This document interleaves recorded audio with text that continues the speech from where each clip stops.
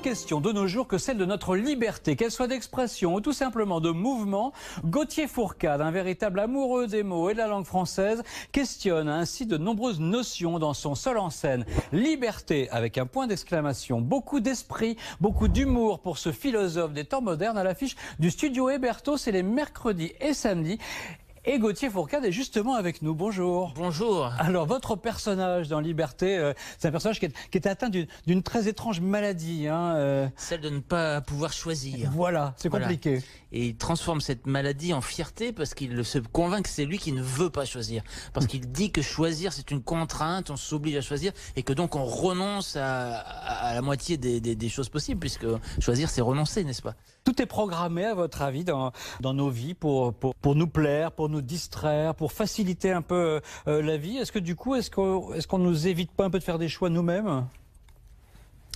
Disons que effectivement il y a trop de choix, c'est ce que dit le personnage, et du coup, trop de choix, tu le choix. C'est des choix, oui c'est ça, mais c'est des choix superficiels.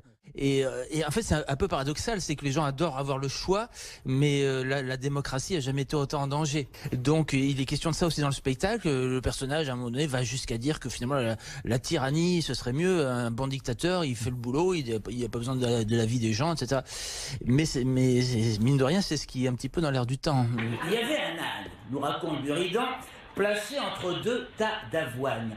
Comme ils étaient exactement à la même distance, il ne savait pas lequel choisir. Alors il hésitait, le temps passé, il avait faim. Il hésitait, le temps passé, il avait faim. Il hésitait, le temps passé, il avait faim. Il hésitait, le temps passé, il avait faim. Il hésitait, le temps passé, il est mort.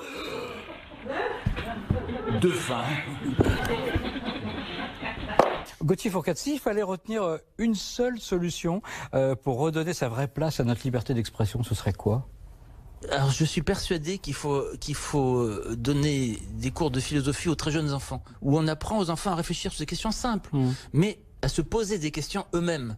C'est ça qui est très important, apprendre à ce qui est dit dans le spectacle. La liberté commence par se questionner. C'est là qu'on développe l'esprit critique et la liberté. Alors ce spectacle, Liberté, finalement, c'est un cri de révolte. Est-ce que pour nos libertés, vous êtes optimiste, vous êtes pessimiste?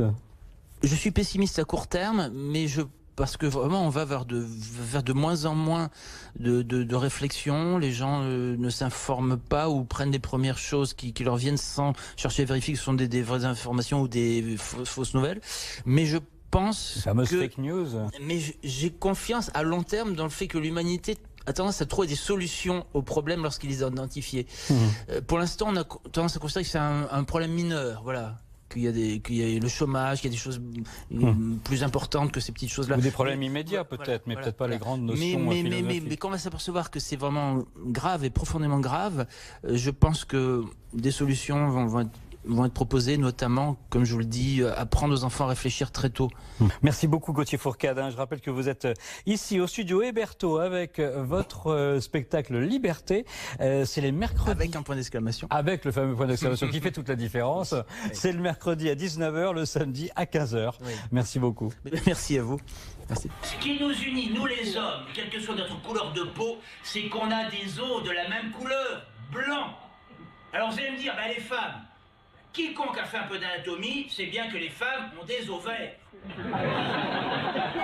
Alors on peut pas d'un côté nous dire oui, dans une dictature, les gens n'ont pas le droit à la parole, alors qu'au contraire, on se donne tous les moyens pour les faire parler.